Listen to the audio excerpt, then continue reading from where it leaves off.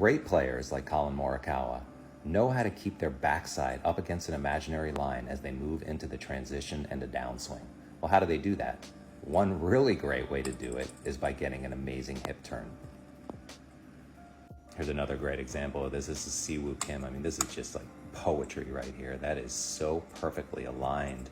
Staying back and getting that good hip turn as he comes down and through. Big Ernie Els is no different here. It gets a little bit harder the older you get, as some of us know, and the rest of you will find out.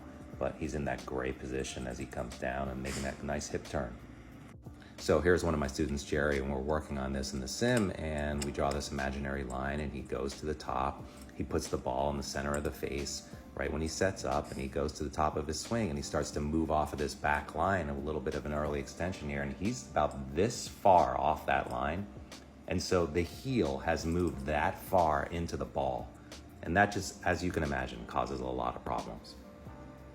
So here's one way to work on this if you think this is your problem. You stand a few inches away from a chair and just start making swings, and even on the backswing, but especially on the downswing, feel like you're pushing your butt out to connect to that chair.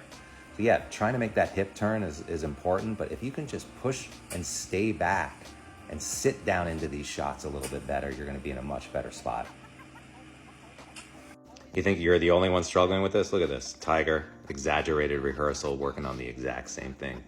We're all in the same boat, guys.